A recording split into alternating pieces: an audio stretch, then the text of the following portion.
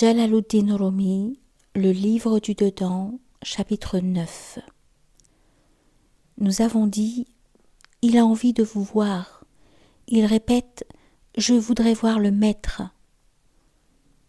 Le maître répondit,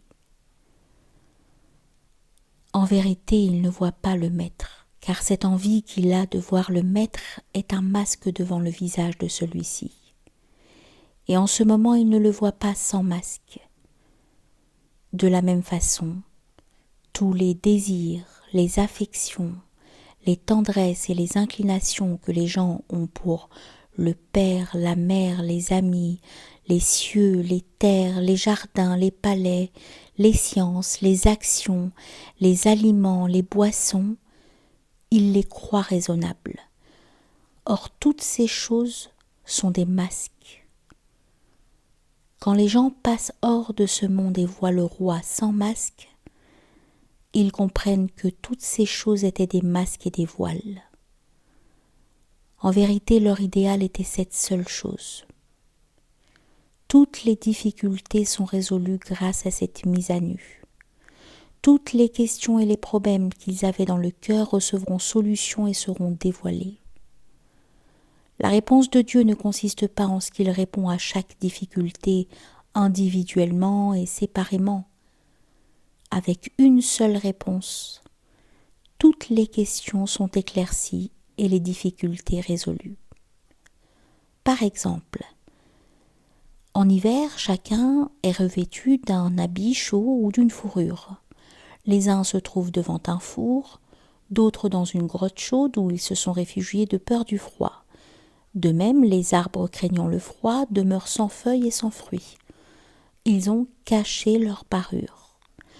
Quand le printemps survient avec sa splendeur, les problèmes des vivants, hommes, bêtes et plantes, se résolvent tous ensemble. Tous lèvent la tête et reconnaissent la cause du fléau qui les gêna. Dieu le Très-Haut a créé ces voiles pour des fins utiles.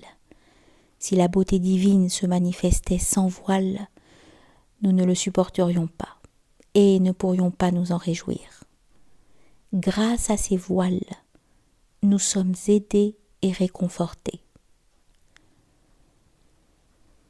Le soleil, à la lumière duquel nous voyons et marchons et qui nous permet de distinguer ce qui est bon de ce qui est mauvais, qui nous comble de sa chaleur et rend les arbres et les jardins fertiles, qui transforme par ses rayons les fruits verts, acides et amers en fruits mûrs et doux, qui fait scintiller les mines d'or et d'argent, les rubis et les cornalines, si ce soleil qui produit tant de bienfaits s'approchait davantage, il ne causerait que malheur. La terre entière et toutes les créatures brûleraient et seraient anéanties. Lorsque le Dieu Très-Haut se manifeste à la montagne avec un voile, il rend beaux les arbres, les fleurs et la verdure. Et lorsqu'il se manifeste sans voile, il renverse et pulvérise toutes choses.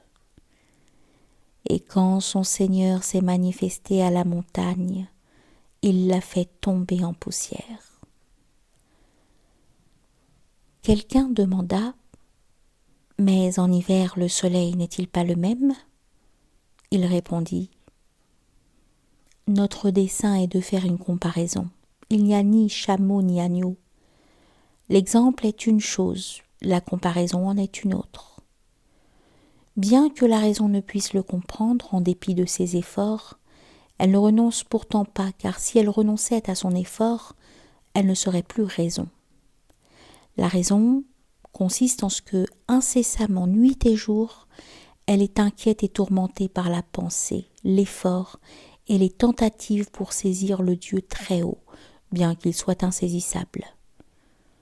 La raison est comme le phalène, et le bien-aimé comme la bougie. Tant que le phalène se jette sur la flamme, il se brûle et s'anéantit. Mais le phalène est celui qui, tout en étant brûlé et torturé, ne peut supporter d'être éloigné de la flamme. S'il y a un être vivant qui connaît le phalène, se passionne pour la flamme de la bougie et se jette sur elle, il est lui aussi un phalène. Si le phalène se jette sur la flamme de la bougie mais ne se brûle pas, la bougie n'est pas une bougie. Ainsi, l'homme qui n'est pas passionné pour Dieu et ne fait pas d'effort pour l'atteindre n'est pas un homme. S'il pouvait le saisir, lui ne serait pas Dieu. L'homme est celui qui ne demeure pas sans effort et qui tourne autour de la lumière de la majesté divine, sans trêve ni repos. Dieu est celui qui brûle l'homme et l'anéantit, et aucune raison ne peut le saisir.